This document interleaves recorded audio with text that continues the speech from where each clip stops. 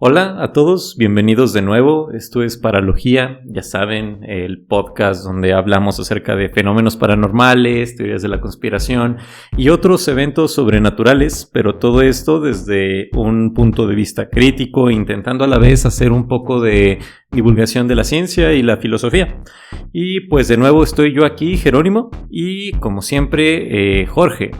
Hola, ¿qué tal? Bueno, dije que como siempre, pero no es como siempre. Es como en los últimos 2 capítulos, este ya es el tercero. Bueno, pero ya se me hace una eternidad, Jero. Sí, ya es mucho, ¿no? Todo este rollo de prepararnos para grabar y todo eso sí tiene su chiste y implica trabajo. Bueno, y pues antes de comenzar, como siempre, quiero darles las gracias a ustedes por estar aquí, por escuchar. Bueno, no están aquí literalmente, pero pues si están escuchando el podcast en la plataforma que usen, pues gracias por hacerlo. Si apenas acaban de comenzar con el podcast, vayan a escuchar los anteriores. Lamentablemente no está Jorge, pero también están chidos.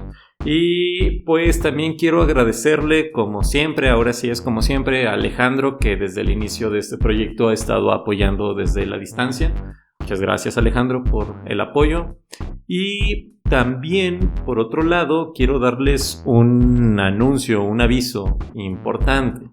Ese anuncio es que el día de hoy vamos a tener el primer capítulo dirigido casi en su totalidad, bueno, realmente en su totalidad, por Jorge. En esta ocasión yo voy a ser el interlocutor, digamos, secundario, y él es quien nos va a contar las cosas de las que trata el capítulo de hoy. Díganle que no al trabajo no remunerado.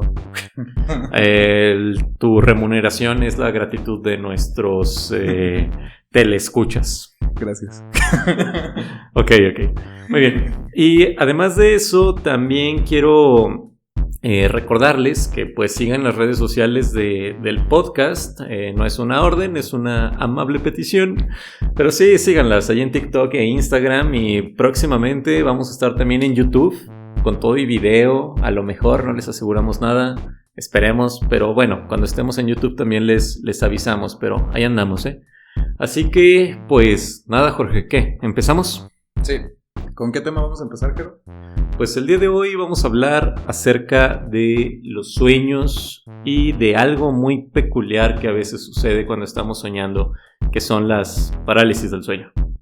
Aunque se te suba el muerto. O que se te suba el muerto, que es casi lo mismo aquí donde vivimos, ¿no? Y también es el nombre de un podcast. Espero no nos demanden. Lo dudo. No creo que suceda. No somos bueno, tan grandes. Sí, no se van a enterar de esto sino hasta dentro de muchos años, si acaso. Muy bien. Y pues bien, antes de comenzar, pues ya saben, como siempre, primero consideremos lo siguiente.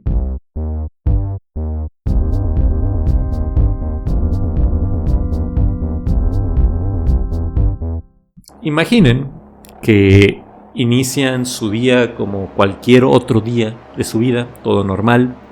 Despiertan, se preparan para ir a su trabajo, estudiar, salir con sus amigos, qué sé yo. Es un día común y corriente, como cualquier otro. Pero la única diferencia en esta ocasión es que se sienten constantemente acechados. Sienten en el rabillo del ojo, tienen la sensación de que hay algo o alguien allí. Se sienten amenazados a donde sea que van, sienten que esa presencia los está siguiendo. Voltean constantemente para asegurarse de que están solos, de que nadie los ha estado espiando durante este tiempo, pero no ven a nadie. Nadie está allí. El día transcurre como siempre, esa es la única diferencia. Llegan a su casa en la noche, se preparan para dormir, cenan algo, toman un baño, qué sé yo, y pues van a la cama. Se duermen de nuevo con esa sensación, constantemente vigilando su habitación en un rincón, esperando en cualquier momento encontrar algo o alguien allí. Una vez que se duermen, pasa el tiempo y de pronto despiertan en medio de la noche. Pero en esta ocasión no es como cualquier otra ocasión en la que has despertado, sino que no puedes moverte. Te das cuenta de que lo que te está sucediendo es, sí, una parálisis del sueño. O como le decimos aquí, se te ha subido el muerto. Comienzas a escuchar un montón de ruidos en tu casa. Parece ser que alguien ha entrado. Escuchas que en la habitación de al lado hay alguien moviendo las cosas de forma violenta. Comienzas a sospechar que quizás se ha metido un ladrón. Pero ese ruido es cada vez más y más fuerte y se acerca a tu habitación. Notas cómo ese ruido cada vez está más cerca de ti. Escuchas pasos, cosas cayendo, los muebles crujiendo. Y eso se está acercando a donde estás tú. De pronto, logras visualizar lo que es la fuente, o lo que más bien ha estado provocando el ruido. Y es una masa oscura, amorfa, sin forma pues, que te está acechando en tu cuarto. No distingues ojos, ni cara, ni boca, ni ningún rasgo perceptible, pero sabes que eso te está viendo a ti. Está vigilándote, a la espera de hacerte daño. Justo después de esto, despiertas. Y en ese momento te das cuenta de que la criatura ya no está allí. Esa masa sin forma que te estuvo acechando durante todo el día y lograste ver en tu sueño ha desaparecido. Y además, notas que de nuevo tienes control de tu cuerpo. Y pues no tenemos que imaginarlo, pues esto es algo que le sucedió a un usuario de Reddit, cuyo nombre de usuario con el cual lo podemos encontrar en la plataforma es Certain Random. Y pues él en el subreddit, en uno de estos foros que podemos encontrar en la plataforma, llamado Pregúntale a Reddit, en inglés Ask Reddit, y pues él allí cuenta su historia, ¿no? Donde pues prácticamente le sucedió esto que les acabo de narrar. Él inició su día como cualquier otro, se sintió vigilado y en la noche tuvo una parálisis del sueño. Así que, así es, el día de hoy vamos a hablar acerca de esas cosas. Y pues sí, Jero, pues dime, ¿a ti alguna vez te ha pasado eso de la parálisis del sueño? No, nunca. No recuerdo alguna vez en la vida que me haya pasado. Nunca. Yo sí recuerdo que alguna vez me pasó, pero pues fue algo muy poco glamuroso, ¿sabes? O sea, nomás como que medio me peleé contra alguien y me desperté y no me podía mover y me seguía peleando. Pero pues no es algo muy muy glamuroso como esta historia que pues, nos acabas de compartir, ¿no? Pero pues como tú bien lo dijiste, pues la parálisis del sueño acá en México y creo que en algunas otras partes de Latinoamérica se le conoce como que se te suba el muerto. Y pues este es un fenómeno que ya se ha ido viendo varias veces, ¿no? Desde la Edad Media ya se describía como este despertar o medio despertar en el que estás paralizado y hay una criatura que está acechándote, ¿no? Que está cerca de ti y que está, pues, te despiertas con miedo, pues, Sí, tienes razón. Sí he visto estas pinturas de la Edad Media, pues, en donde está una persona dormida, sea hombre o mujer, y tiene una criatura ahí sobre ella, ¿no? Como evitando que despierte, pues, y se nota como en la cara una expresión de, pues, no sé, angustia en la persona que duerme, ¿no? Que pareciera que está teniendo alguna especie de pesadilla. Sí, de hecho, hablando de pinturas, hay una pintura que lo representa bastante bien, que aquí lo tengo en mis notas, pero se llama La pesadilla al cuadro, es de Johann Heinrich Füssli y pues es de 1781, o sea, este cuadro es pues bastante viejo, ¿no? O sea, es un fenómeno que al menos se está reportando desde hace tiempo. Y pues para describirlo es una mujer que está dormida. Encima de ella pues se puede ver como un hombrecillo, se podría decir, pero pues también este cuadro se le conoce como el incubo. Y también por alguna razón en el fondo hay un caballo medio aterrador. No sé por qué. Pero esto como que sí representa estas dos partes o dos fenómenos que he escuchado más en estas historias de parálisis del sueño, ¿no? Que a veces uno se despierta y tiene una criatura subida encima de él, ¿no? Y esta lo está presionando y por eso siente que no se puede mover. La otra es verlo a la lejanía.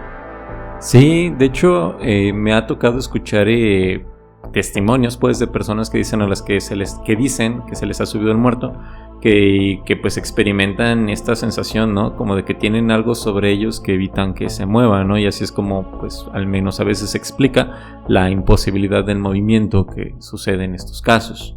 Y como tú dices, ¿no? Otras personas reportan ver una entidad, pues, a unos cuantos metros de su cama o del lugar donde están dormidos, pues. Ajá, y pues, por ejemplo, para extrapolarlo con esta experiencia medio más... pues mencilla de mi parálisis del sueño, pues yo cuando me desperté sentía que no me podía mover porque tenía a esta persona que me estaba pegando encima de mí. O sea, como... no sé si... ¿Tú sí has visto peleas de artes marciales mixtas que se les suben encima? Sí, es mi parte favorita. Cuando están sobre ellos, sometiéndolos con las rodillas y golpeando, sí.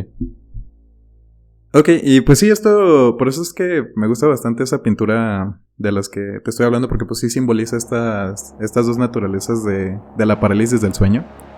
Pero en específico como que sí, un poco el tener a una criatura, un demonio o cosas así, que está encima de ti, pues a lo mejor puede explicarlo de se me subió el muerto, ¿no? Pero pues sí me dio un poco de curiosidad ver pues de dónde viene esta expresión, ¿no? Al menos creo que no es algo únicamente de México. Al menos en general, o sea, sí existe, al menos en Cuba también. Pero con esta connotación de ya cuando te duermes, no estoy seguro si solo sea en México.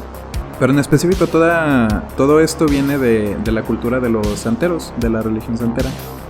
¿Y conoces la santería? ¿Algo al respecto? Pues digamos que de forma más o menos superficial, o sea, sé como la relación ahí más o menos que tiene con estas creencias o religiones que llegaron de África con el esclavismo, ¿no? Cuando comienza todo este proceso de colonización en América, y también pues este sincretismo, ¿no? Que es la unión de las creencias judio-cristianas con este tipo de prácticas, y que pues está estrechamente relacionado con la muerte en rituales que implican como la muerte de alguna u otra forma, pero mucho no sé. Sí, tiene mucho que ver con las culturas africanas, en específico de África Occidental. Esto es información que encontré de un artículo llamado La muerte y los muertos en la santería afrocubana, de Cosette Celesia Pérez. En este artículo pues sí describe que es, pues sí, como dices, una mezcla entre cristianismo y la cultura africana. Pero en específico el sincretismo ocurre con algo muy curioso, que es que las deidades que tienen, bueno, no sé si decir deidades exactamente, pero que tenían en las religiones originales o antes de pasar a esta migración cultural obligada, pues tomaron como figuras del catolicismo y del cristianismo que eran muy similares en ciertos santos. Y adaptaron como sus creencias como para decir, pues sí, estamos siendo católicos, pero pues en realidad están siguiendo las creencias que ya tenían. Entonces pues adaptaron sus ritos a todas estas cosas y de ahí viene el nombre de santería, ¿no? Los santeros también, como tú dices. Sí, es como sucedió aquí con la Virgen de Guadalupe, ¿no? O sea que pues es sí una figura religiosa del cristianismo, pero que se termina adaptando a las necesidades espirituales, entre comillas, por decirlo de alguna forma, de las personas que están en esta región, y además ellos mismos aprovechan el culto a estas nuevas figuras religiosas y pues los hacen pasar como, pues sí, más bien cuando rinden culto lo hacen pasar como una práctica cristiana, por ejemplo, pero realmente detrás de ello está por una representación de sus deidades originales y así, ¿no? Sí, pues de hecho, ahí del pueblo del que soy, de Lagos de Moreno, hay una historia bien curiosa que no he verificado, pero dicen que, haz de cuenta que en la parroquia hay como muchos santos, que como que hacen un ruido visual que no alcanzas a ver qué es, hasta que te alejas, y según dicen que pues originalmente ocultaron la figura de dioses de antes, o sea, entre todos, o sea, que puedes ver como tipo un... no sé cómo decirlo, como estas imágenes de Quetzalcóatl y así, nada más de que no estoy seguro de qué cultura estaba antes en Lagos, y tampoco estoy muy seguro de la veracidad, pero al menos el que exista el mito ya lo hace pues un poquito más acercado o algo un poquito entendible. O sea, entonces más o menos es como estas imágenes en donde si le haces zoom puedes ver como un montón como de imágenes pequeñas, por ejemplo, de rostros, ¿no? De diferentes personas. Pero si lo alejas, entonces ves que todas en conjunto forman, no sé, la imagen de otro rostro, o forman un perro o algo por el estilo, ¿no? Sí, de hecho, y está curioso porque, o sea, ya hasta que te dicen, sí es como de, puedo verlo", pero, así que tú digas muy exacto, no. Ah, y aparte son esculturas en cantera, entonces, pues sí se ve chidillo, pues, ahí, haciendo la locución de Lagos de Moreno, ¿no? Si es, gente, vayan a Lagos de Moreno, sobre todo si son capaces de resistir un balazo. O al menos cada tercer balazo. También, los santeros, bueno, regresando un poco al tema ahora. Pero los santeros también son, o sea, como tú bien dijiste, tienen una relación muy estrecha con la muerte. De hecho, había escuchado una historia de una amiga que fue con un santero. Y entre los rituales pues dijo, es que tengo que darle de comer al muerto. Y ahí dijo así como de, es como ya no, sí, en serio, acá tengo un esqueleto al que le daba de manera simbólica de comer. Entonces pues así era como conseguía hacer los rituales. O sea, era literalmente sobre un cadáver, pues. No sé qué tan santero original sea esta persona, o qué tanto ya sea como algo que se haya cambiado de los cultos originales. La verdad es que no estoy seguro, pero al menos está como esto de parecido de que la muerte es algo muy importante para los santeros. De hecho, todo esto que mencionas me hace recordar el caso de los narcosatánicos, que ellos practicaban una especie de santería, pues como una de sus santas variantes, que seguramente si les interesan estos temas, aquí a quienes nos estén escuchando, a lo mejor ya saben un poco. Y pues ellos practicaban, bueno, el líder de estos narcosatánicos, que ahorita no recuerdo el nombre, practicaba algo que se llama palo mayombe, y hacía algo muy similar a lo que comentas. O sea, le daba, entre comillas, de comer a un muerto, pero no así como tú lo describes, sino que de hecho tiene su enganga, que en el palo mayombe es un caldero en donde pues se le vierten huesos, carne, vísceras en general de personas. Y es a través de la relación entre, digamos, el chamán, por decirlo de alguna forma, y el caldero, que es como se logra establecer una especie de conexión, y de la forma en la que se logra asegurar como la eficacia de los rituales, hechizos o lo que sea que hagan. Honestamente no sé mucho sobre el tema, paulatinamente deberíamos hablar de ello. Sí, y creo que lo principal, o sea, me hace mucho sentido lo de, o sea, lo que comentas. Y aparte recuerdo del artículo, la verdad es que no fue como mucho en lo que me centré más bien en lo de la parte de se me subió el muerto. Pero pues sí se me hace que tiene sentido, porque mencionan que para ellos los muertos son muy importantes en el sentido de ser como medios para hacer cosas. Bueno, digo, con el respeto que se merece, como si fuera una persona viva, pues. No es tanto como una herramienta, sino más bien como alguien que les ayuda, pues, el muerto. Y pues en específico, a ellos a los que se refieren cuando se les sube el muerto es literalmente como una posesión. Cuando están haciendo, o al menos lo que dice Cosette Celesia, que quizás estoy mal personificando, pero a veces a una de las personas que a lo mejor tienen menos relación con los santeros, les puede tocar que pues los posea el espíritu, pues.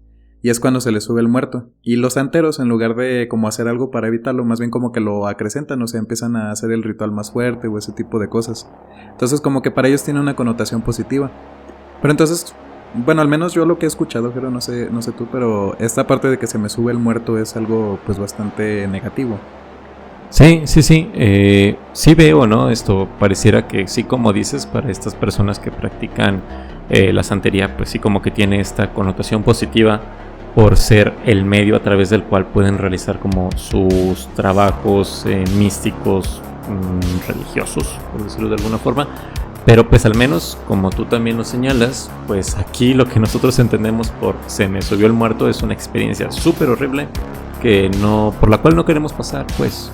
Además de que se te sube el muerto de forma indeseada. Tú no estás buscando que se te suba el muerto, pues. Y cuando se te sube, pues se siente feo. Te quita, por ejemplo, la movilidad y todas esas cosas de las que nos vas a hablar. Sí, pues al menos yo lo que he escuchado mucho de mis abuelitos y así es que si tú pasas, por ejemplo, por un panteón, puedes provocar que se te suba el muerto, como dicen. Y en la noche es cuando tienes estos episodios donde pues te despiertas y no te puedes mover cuando te despiertas. Y pues es una connotación muy negativa, pero si lo piensas bien está como muy relacionado con este tema de la santería, de que se te sube un muerto o se te monta el muerto, como también le dicen ellos. ¿Sabes esto que mencionas acerca de que pues traigas cargando al muerto cuando pasas, por ejemplo, por el panteón? Me hace pensar en estas historias que seguramente tú has escuchado ya rumbo a tu pueblo, Lagos, ¿no? Para quienes no sean del lugar donde vivimos, si es que acaso alguien nos escucha y no es del lugar donde vivimos, pues acá hay una peregrinación anual, ¿no? De personas que van a un lugar que se llama San Juan de los Lagos, que se van caminando desde sus diferentes lugares de destino y caminan rumbo a la Catedral de San Juan de los Lagos, que es una catedral dedicada a la Virgen de San Juan.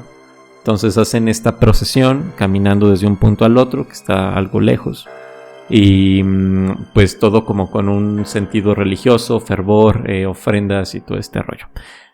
Yo he escuchado historias de personas que realizan este peregrinaje y a lo largo del camino dicen que se les sube un muerto, y entonces incluso mencionan que sienten más pesado el equipaje. Por ejemplo, si traen una mochila donde traen botellas de agua, que a lo mejor como mucho les pesa 5 kilos, después de cierto punto les pesa el doble, el triple, y una vez que llegan a la catedral del lugar, dicen que se aligera la carga. Entonces muchas personas dicen que en ese transcurso se les ha subido un muerto, y esos muertos que se les suben dicen que son personas que murieron antes de poder cumplir la promesa que le hicieron a la Virgen de irla a visitar caminando, y que buscan ahora, digamos, siendo almas en pena, poder llegar y pues digamos que piden aventón sin consentimiento. Ok, entonces esta parte de que se te sube el muerto es más como algo que le va a ayudar al muerto, ¿no? O sea, es pues sí, dices un aventón, ¿no? Un raite, ¿no? Y no sé, o sea que, por ejemplo, que no investigué esa parte de qué función clásica tiene lo de que se te suba el muerto en cuestión del sueño. No sé si tú como hayas escuchado o tengas una teoría de qué función para el muerto tendría pues pegarse a ti en la noche, ¿no?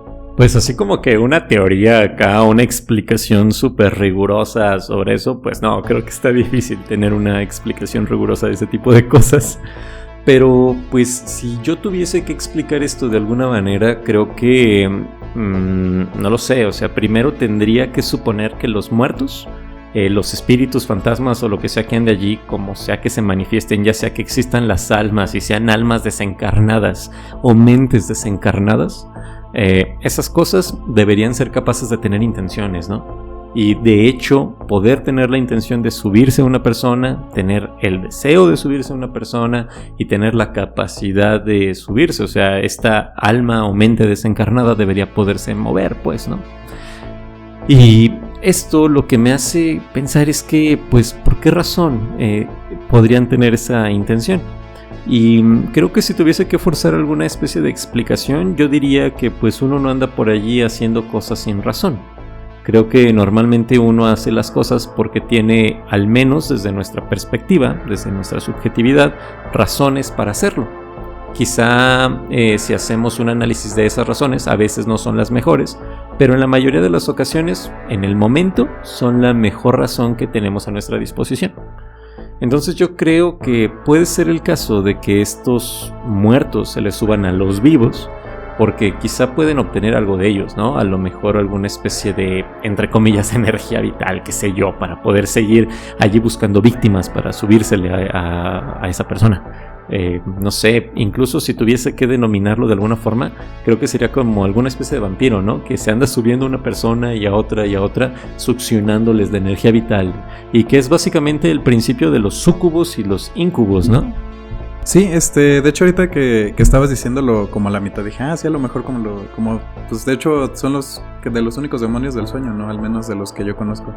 Y creo que también, bueno, estaba pensando que tiene relación con la explicación un poco más científica o fisiológica del fenómeno, ¿no? Ya nos han estado escuchando un poquito que le hemos estado diciendo parálisis del sueño, y es que ese es el nombre médico de esta situación que pasa.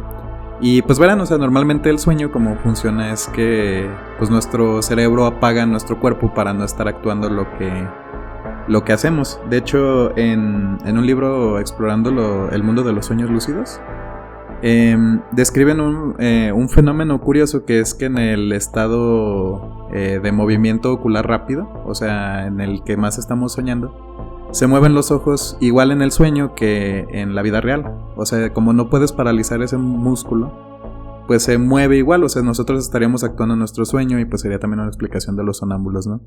Sí. Y pues para los que nos estén escuchando y que no sepan qué es esto, pues esa etapa del sueño es básicamente en donde nos encontramos durmiendo de la forma más profunda, y es, como ya lo mencionaste creo, la etapa en la que de hecho estamos soñando. Es en donde suceden estos sueños que a veces cuando estamos dormidos nos parecen días, e incluso hay personas que llegan a tener sueños que perciben como que duran años, pero realmente son lapsos cortitos de tiempo, ¿no? Son de aproximadamente, ¿qué? ¿Como 15 minutos? Bueno, al principio de la noche sí son cortos, sí pueden ser de 15 minutos, pero conforme van pasando ciclos de sueño, que los ciclos de sueño normalmente duran hora y media, y un ciclo de sueño lo que pasa es que nosotros, bueno, no nos acordamos, pero muchas veces en la noche nos estamos despertando. O sea, nos dormimos y nos despertamos y nos volvemos a dormir inmediatamente. Y eso marca el principio de un ciclo de sueño. Es sueño ligero, sueño profundo, y luego ya entramos a REM y nos vamos despertando otra vez. El REM se va haciendo más largo conforme pasa el tiempo. El REM es este ciclo, esta etapa del sueño de los movimientos oculares rápidos. Sí, perdón. En español creo que es MOR. M-O-R. Movimiento ocular rápido. Y pues sí, o sea, se va haciendo cada vez más largo. Y en específico hay un artículo de la Gaceta de la UNAM. Sí, perdón Jorge, antes de que digas eso, estaba recordando que una vez leí por allí que de hecho el sueño, digamos que neurofisiológicamente se parece mucho al estado de estar en coma, al coma médico, solamente que la única diferencia es que del sueño sí puedes despertar. Sí es reversible, entre comillas, de forma fácil, mientras que pues del coma, pues no, de ahí no sales con facilidad. Se viene capítulo de cosas paranormales con los comas. De hecho hay por ahí una historia de una persona que duró un tiempo en coma y dice haber viajado a otro mundo. Nice, sí estaría chido. Bueno, continuando antes de haber sido abruptamente interrumpido. No te creas. Según Sandra Delgado, quien escribió un artículo para la Gaceta de la UNAM titulado ¿Qué pasa cuando se te sube el muerto?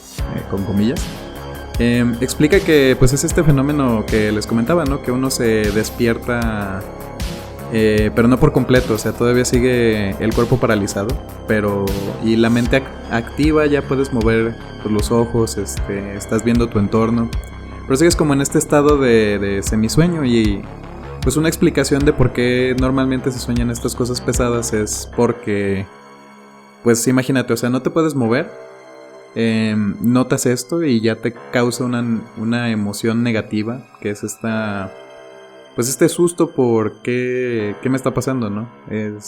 Ya tienes la conciencia de ello. Sí, tiene bastante sentido eso, ¿no? O sea, te despiertas y lo primero que experimentas es, pues sí, una sensación desagradable, ¿no? Porque pues uno está acostumbrado total y enteramente a tener control sobre su cuerpo, y cuando pues no lo tienes, creo que debe ser una sensación súper horrible, ¿no? Creo que incluso sería sencillo como desconocer el cuerpo como tuyo, tener como una experiencia de estas de, ¿cómo se llama? Desrealización o despersonalización, que pues luego psicológicamente sí son una señal bastante fuerte de estar sufriendo algún trastorno psiquiátrico grave.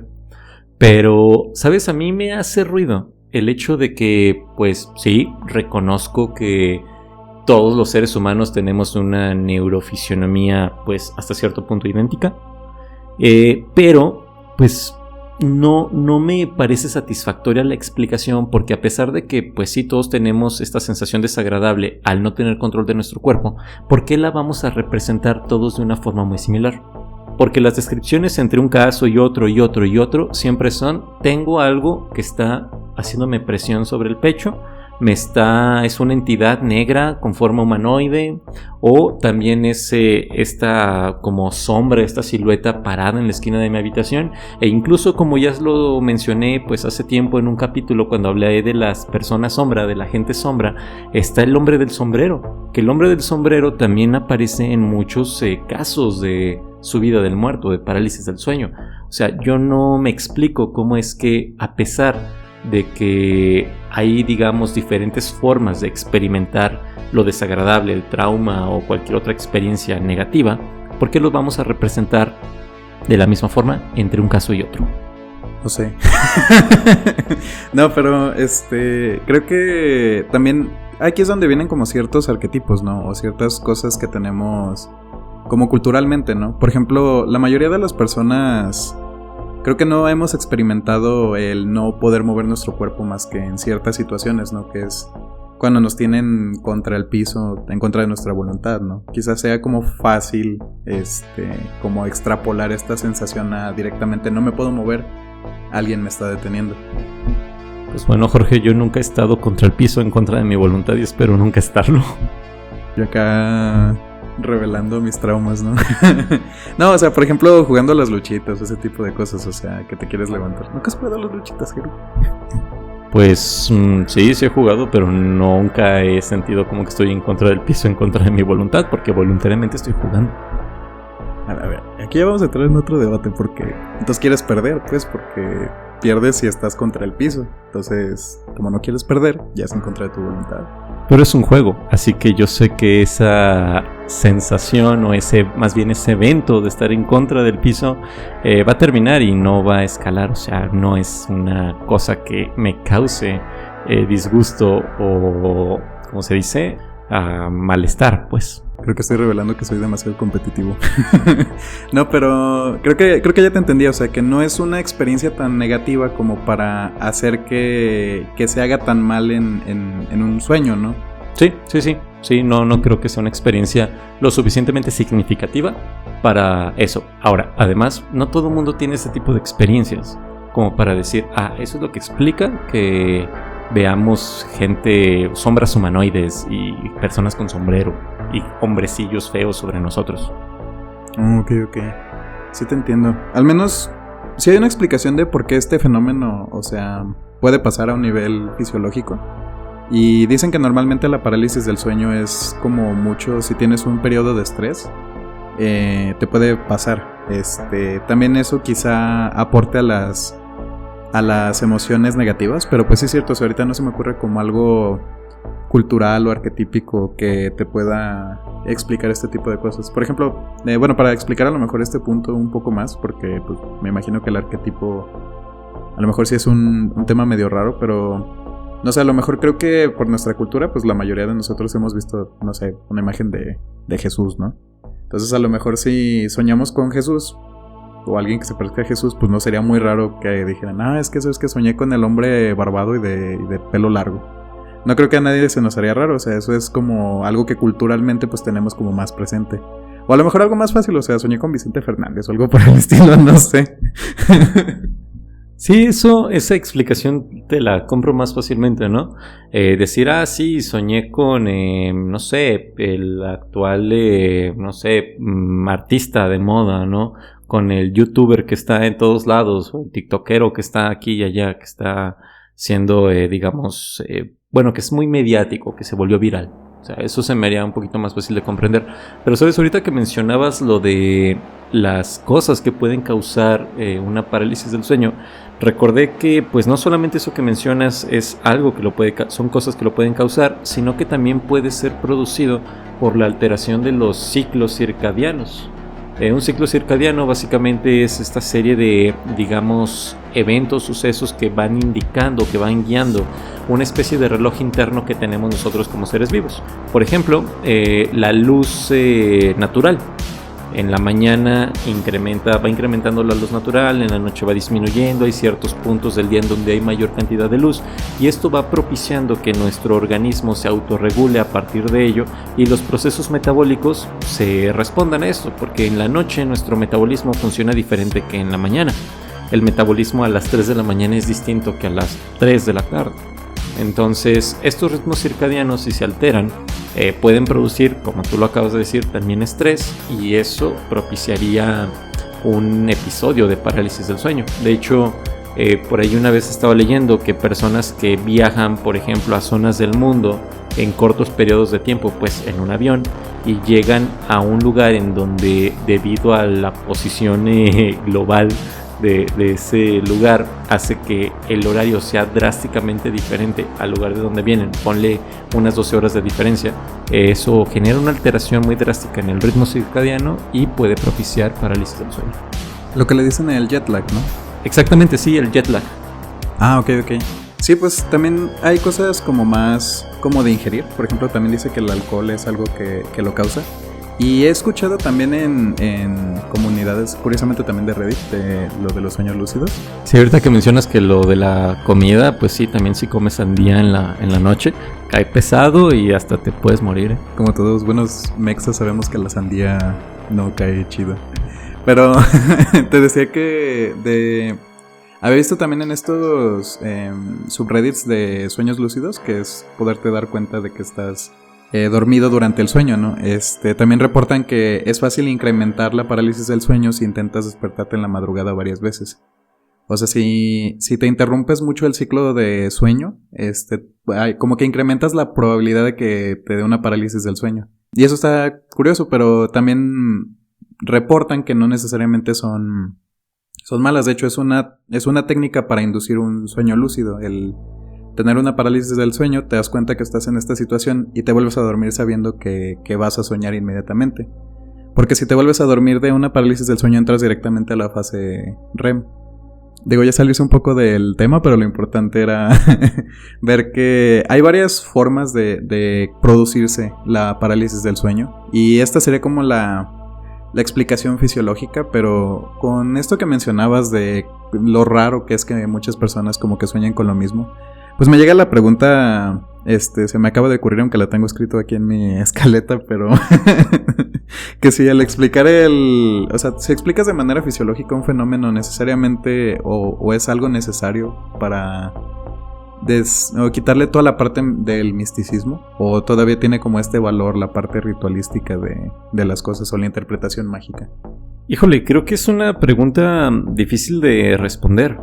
Porque, pues por un lado, nuestras teorías científicas, por decirlo de esa forma, o sea, las explicaciones que son construidas o son elaboradas a partir de la evidencia empírica, la metodología rigurosa de alguna ciencia, pues solamente responden a los fenómenos bajo ciertos parámetros. Hay que tener en cuenta que pues las teorías científicas al final de cuentas son modelos, ¿no? Son modelos acerca de cómo funciona el mundo, y esos modelos pues son hasta cierto punto ideales. Obviamente una teoría científica apropiada debería considerar la mayor cantidad de fenómenos, vicisitudes o problemas que se podrían presentar en contra de la teoría que provoquen que la teoría no logre explicar el mundo. Entonces, mientras más abarcadora, comprensiva es una teoría, entonces digamos que es mejor.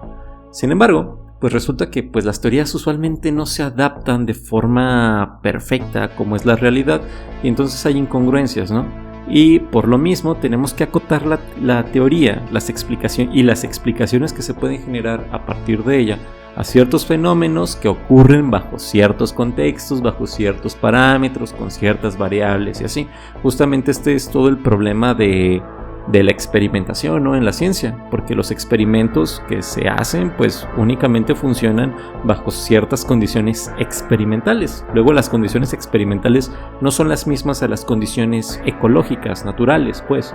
Entonces en un laboratorio el experimento sale súper chido, bonito, se predice, pero resulta que una vez allá afuera el fenómeno que se está estudiando pues no resulta o no tiene los mismos resultados pues que en laboratorio, porque hay un montón de variables que no se pueden aislar y pues terminan afectando el resultado. Obviamente en ciencia se contemplan esos problemas y se hace una predicción pues más o menos apropiada, con cierto margen de error y todo eso, ¿no? Pero pues creo que ahí está el meollo del asunto. O sea, si logramos tener una explicación, digamos, científica, neurofisiológica, neurológica acerca de por qué sucede la parálisis del sueño, e incluso psicológica, pues tendremos que reconocer que eso solamente se acota a cierto aspecto del fenómeno. Todavía hay un montón de cosas allí, ¿no?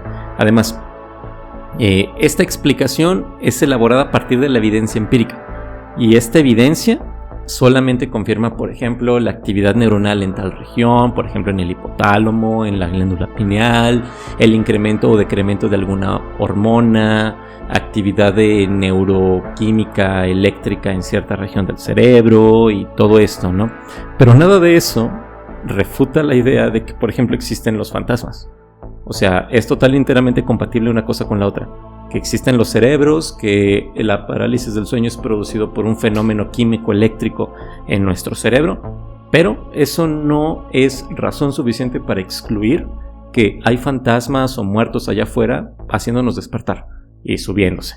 De hecho, podríamos decir que no necesariamente la actividad químico-eléctrica es efecto del fantasma, pero pues sí podríamos decir incluso que son eventos correlacionados.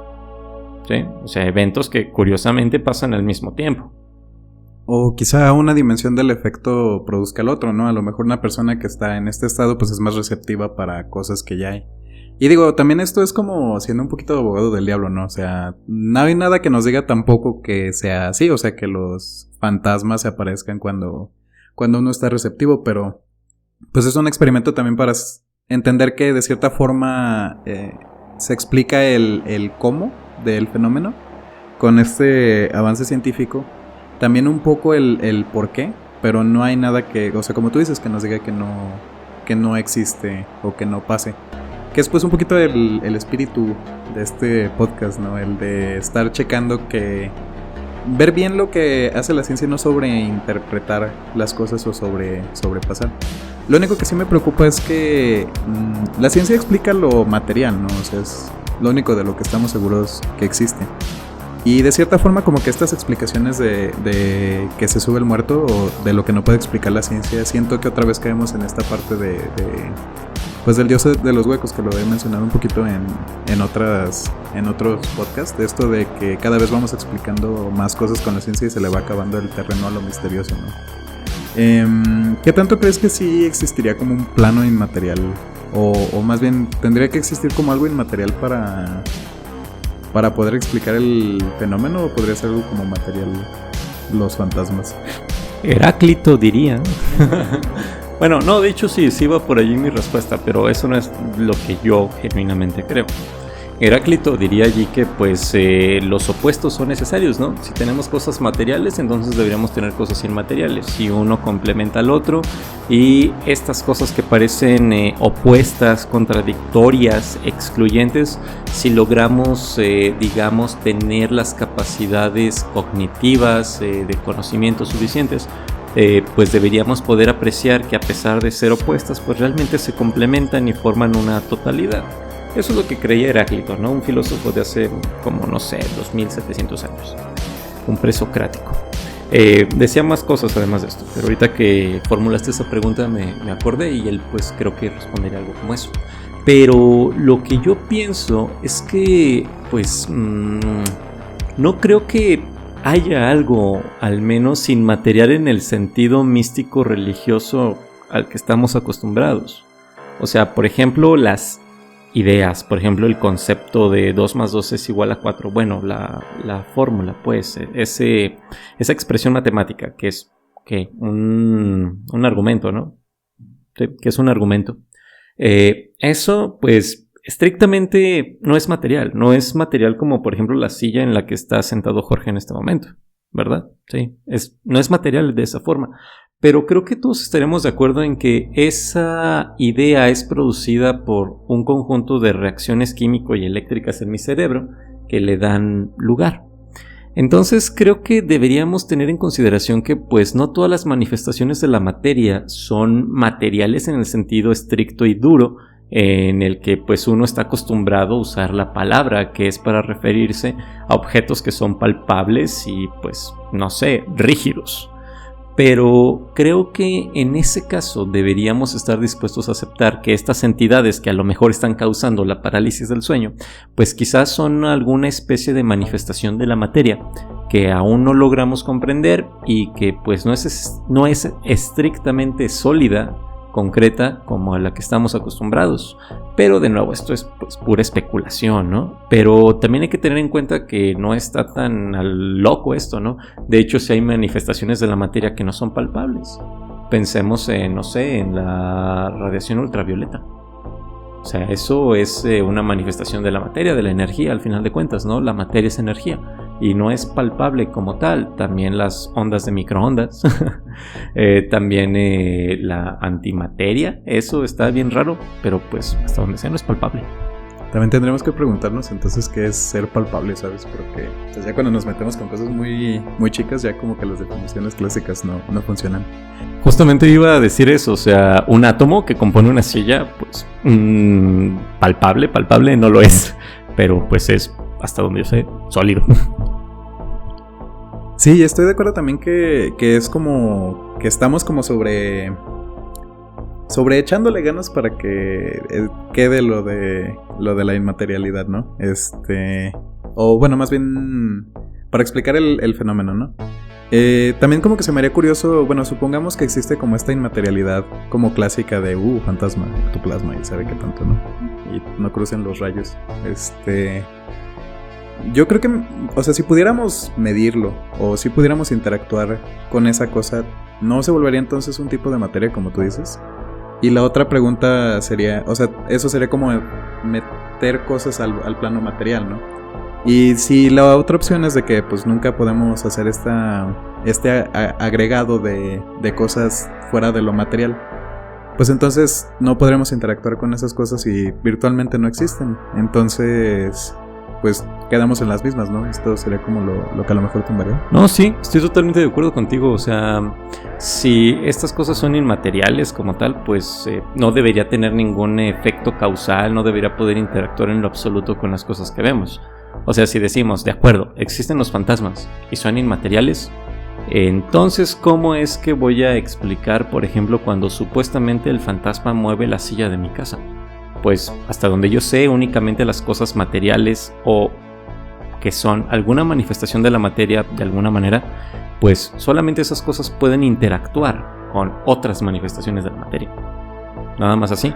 Pero si los fantasmas son realmente inmateriales, no deberían poder interactuar con nada. Y en ese momento, pues ya por puro razonamiento lógico, incluso sin necesidad de hacer ningún experimento, pues se viene abajo la teoría, ¿no?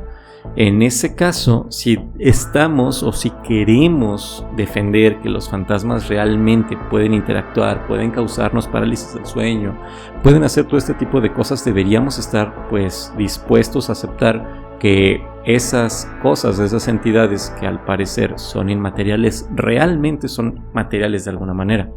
Pero regresamos a lo que tú comentabas.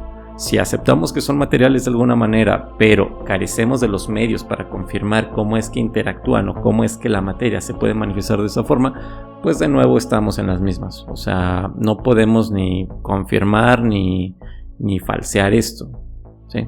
Entonces creo que pues eso es una de las características que hacen a la investigación paranormal y todas esas cosas, pues a veces una pseudociencia.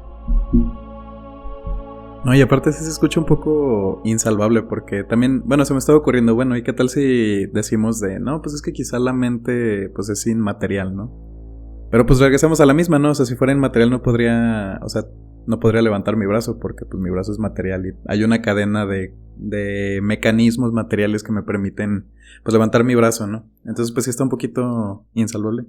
Sí, qué bueno que mencionas eso, ahorita estaba pensando en ese tipo de cosas. Hay un filósofo que él y su esposa, sí, es su esposa, que se llaman Paul y Patricia Churchland, así como tierra de iglesias, Churchland. Ellos defienden algo que se llama materialismo eliminativo. De hecho, ahí en el librero que estoy viendo, creo que tengo un libro acerca de ellos, o viene al menos un artículo en un libro acerca de materialismo eliminativo. El materialismo eliminativo es una teoría en filosofía de la mente, es una postura que busca explicar la causación mental. El ejemplo que dabas acerca de cómo es que mi mente, por ejemplo, el pensamiento, el deseo, la intención de mover mi brazo, cómo es que eso logra causar el movimiento de mi brazo, pues tiene una serie de problemas. si aceptamos como la versión como clásica, un poco arcaica acerca de que la mente es una cosa inmaterial, pues sucede lo que acabas de decir. No debería haber manera que la mente interactúe con mi cuerpo de tal forma que logre levantar mi brazo, porque son sustancias totalmente diferentes. Las propiedades de la sustancia material que Descartes llama res extensa, pues incluyen la de ser susceptible de ser causa y efecto de otras cosas materiales, mientras que la sustancia inmaterial que Descartes llamaba res cogitans no es susceptible de estas cosas, entonces no pueden interactuar. Así que no es posible decir que el movimiento de mi brazo es el efecto de mi pensamiento de mover el brazo, o de mi intención o del deseo, porque esas cosas son entidades o estados mentales. Entonces el materialismo eliminativo lo que busca defender, paréntesis, el materialismo eliminativo ya está hasta cierto punto bastante superado, creo que hasta a la fecha nadie defiende eso de forma seria. Incluso Patricia y Paul Churchland han modificado bastante su postura, la han ido refinando para hacer una versión un poquito más moderada al respecto. Y en el materialismo eliminativo lo que dicen es que la mente es una ilusión. Es una ilusión del hecho de que la perspectiva de la primera persona, la experiencia, nos hace tener la sensación de que tenemos una mente. Y por otro lado, es una ilusión del lenguaje, donde yo digo, yo deseo, yo quiero, yo pienso. Todas las palabras acerca de lo mental, pensar, desear, creer, saber, conocer, querer, todas estas palabras denotan o hacen alusión e implican que tenemos una mente.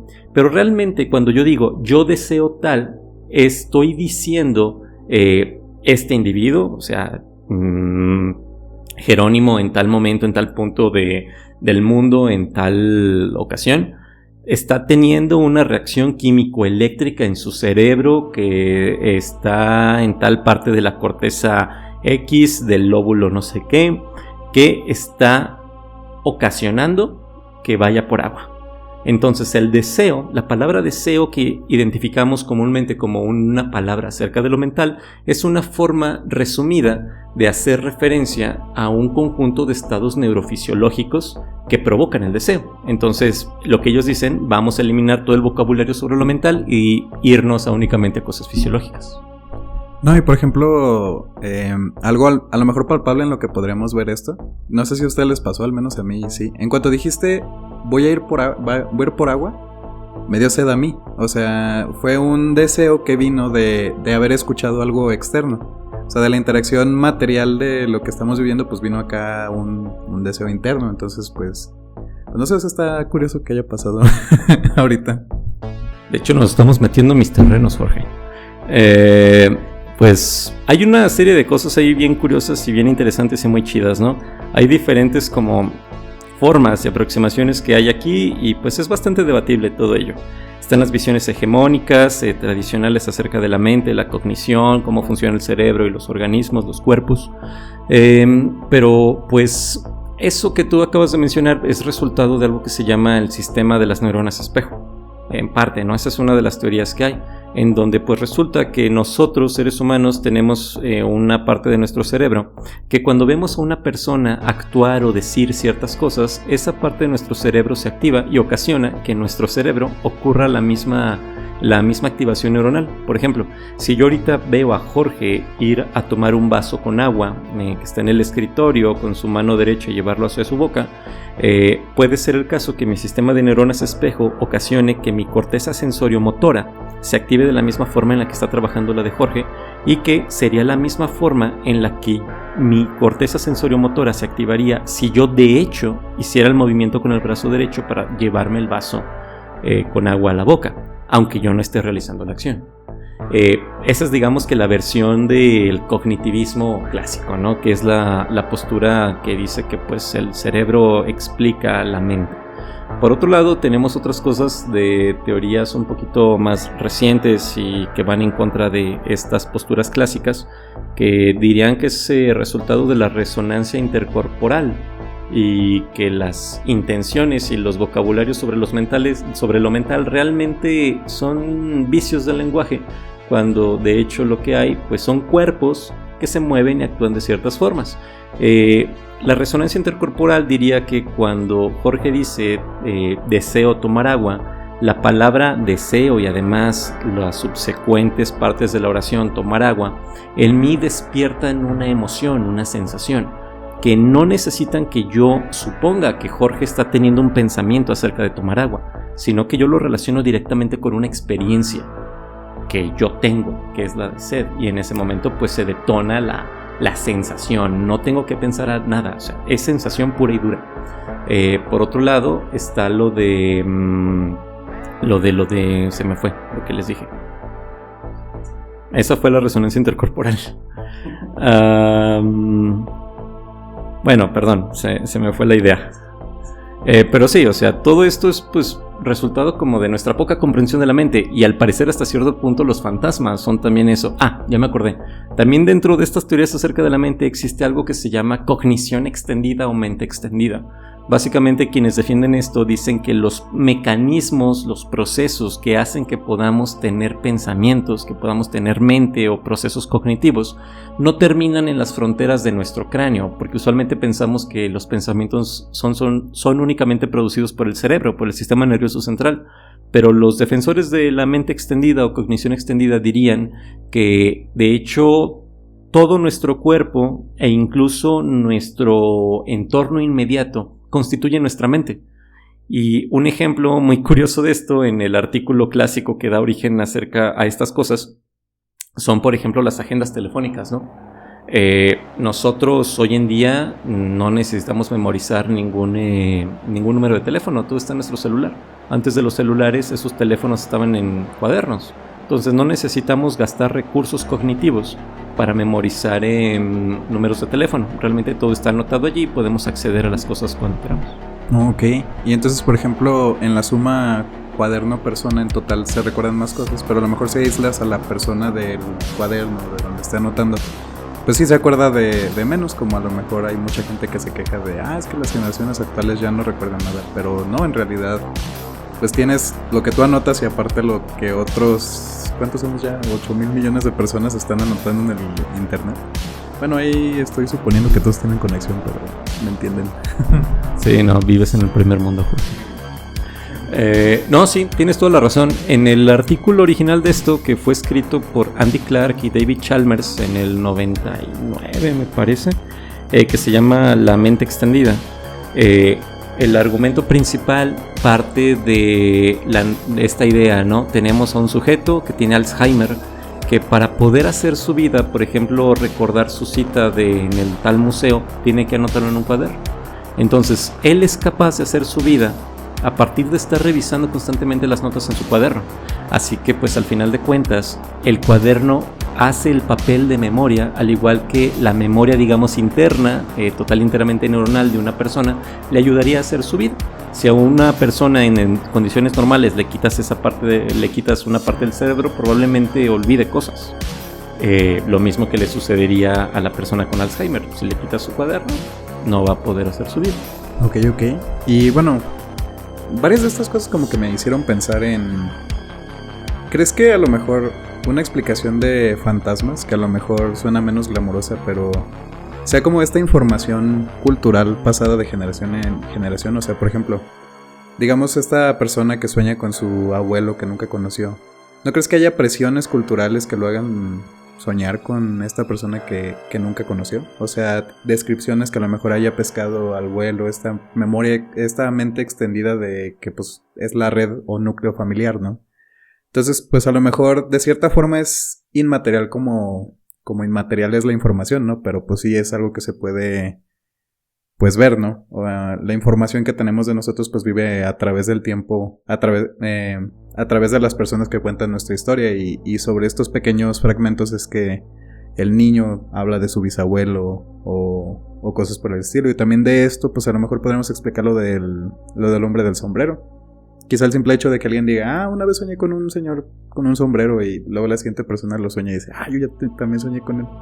Pero pues no hay nada que nos diga que sea el mismo hombre del sombrero, sino más bien es una representación cultural de lo que pues vio en su entorno. Pero pues no sé qué opinas de esta explicación de fantasmas. Sí, de hecho me parece buena. Para quienes llevan escuchando el podcast ya de rato, si se acuerdan del capítulo del monstruo de Flatwoods, que pues sí, también si se acuerdan fue una colaboración con el podcast Mundo Anómalo. Podrían recordar que pues allí en ese podcast yo comentábamos con el otro podcast. Luego las explicaciones que las personas dan a los fenómenos paranormales responden al contexto, ¿no? También a la carga cultural que tienen estas personas. ¿Por qué en nuestro país todo suele ser resultado de brujas? Pues parece ser que la figura de la bruja en nuestro país es bastante significativa. Las bolas de fuego. ¿Por qué cuando alguien dice vi una bola de fuego no dice vi un orbe, vi un ovni? No, vi una bola de fuego y una bola de fuego es una bruja. ¿Sí?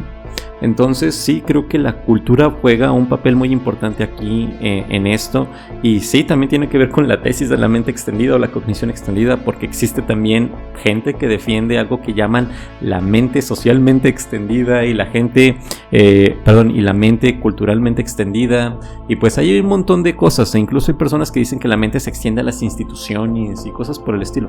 Es ya una cosa bien extraña, pero o sea, creo que la cultura sí podría ayudarnos a explicar esta serie de cosas, pero creo que todavía no es suficiente, porque ¿cómo explicamos el hecho de que hay personas que tienen parálisis del sueño que no están para nada familiarizadas con estas cosas?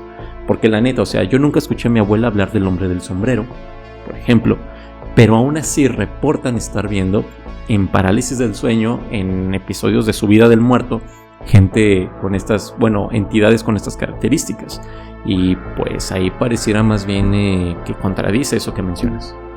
Ok, bueno, primero, ¿qué tanto extendemos la mente? También llega a quizá comprobar lo de la mente colmena. Warhammer comprobado. Warhammer defendido. No, pero por ejemplo también podría ser una interpretación de doble camino, ¿no? O sea, si yo por ejemplo te medio describo algo, o sea, te digo, es que vi una mancha que medía aproximadamente tanto, tú me dices, qué grande. ¿Sabes? O sea, como que hay como una retroalimentación de doble sentido, ¿no? O sea, ya tú le dices es que sabes que tú soñaste con el hombre del sombrero, y ya la persona te va a decir, sí, cierto, o sea, soñé con tal cosa. O sea, también a lo mejor ahí hay como esta, pues, resonancia de doble camino, ¿no? O sea, yo te digo algo, a ti te recuerda otra cosa, tú me lo dices y ahora yo creo que vi ese fenómeno. Y creo que también algo interesante para preguntarnos es que, suponiendo que sea cierto que estos fenómenos sean como o que estén hechos como de esta información cultural, podríamos decir que son menos reales que a lo mejor lo material. O sea, sí, pues nos podríamos preguntar si el simple hecho de que exista como en el inconsciente colectivo algún fenómeno en específico, pues podríamos decir que está hecho de algo, y por lo tanto de algo que existe, que al menos es pues la palabra o la cultura, y por lo tanto pues podríamos decir que como tal existe el fenómeno, tan solo no de la manera clásica de como pensamos en un fantasma. Simplemente reportamos hay mucha gente que está soñando con tal cosa existe, pero no significa que sea un ente inmaterial que se le aparezca a la gente. Sí, ¿no? Así como existe Superman, el Hombre Araña, Goku. O sea, todos estamos de acuerdo en que esas cosas existen, pero no existen en el mismo sentido en el que existen Jorge y yo, ¿no? O sea, sí existen, pero pues son, digamos, ideas, conceptos, personajes ficticios, pues, ¿no? Pues sí, o sea, yo diría que podríamos tomarlo también de ese lado. Yo no sé si diría que es el inconsciente colectivo, porque creo que pues como que eso está muy presente de forma explícita, al menos entre las personas que saben acerca del tema. Pero bueno, con que saben acerca del tema no quiero decir que sean expertos, pero que han escuchado, han leído por allí. Pero pues sí, ¿no? También podríamos explicar esos fenómenos a partir de ello, ¿no? O sea, elementos que se le van añadiendo a la cultura que pues se comienzan a manifestar de una forma u otra. Sí, pues tiene bastante sentido como esa parte. Pues también creo que mencionamos alguna vez lo de las tulpas y estas cosas, ¿no? A lo mejor es una manera de invertir esto, ¿no? De la tulpa, que si mucha gente se concentra mucho en un fenómeno, pues pasa, ¿no? Pero pues a lo mejor pues es al revés, ¿no? O sea, si mucha gente cree en algún fenómeno, pues podríamos decir que existe. Sí, podría ser eso, pero pues sí, ahí todavía les debemos el capítulo acerca de las tulpas, y los egregores y esas cosas, pero pues, sí, paulatinamente lo vamos a abordar, pero podría ser incluso también una explicación. Y con este adelanto a posible capítulo, nos despedimos de este capítulo. Bueno, no sé si tengas algo más que decir, Jero. Pues no, realmente lo de siempre. Pues muchas gracias por escuchar, y si llegaron hasta este punto del podcast, pues genuinamente les agradecemos. Y pues nada, sean felices. Gracias por escuchar nuestra perorata. Adiós.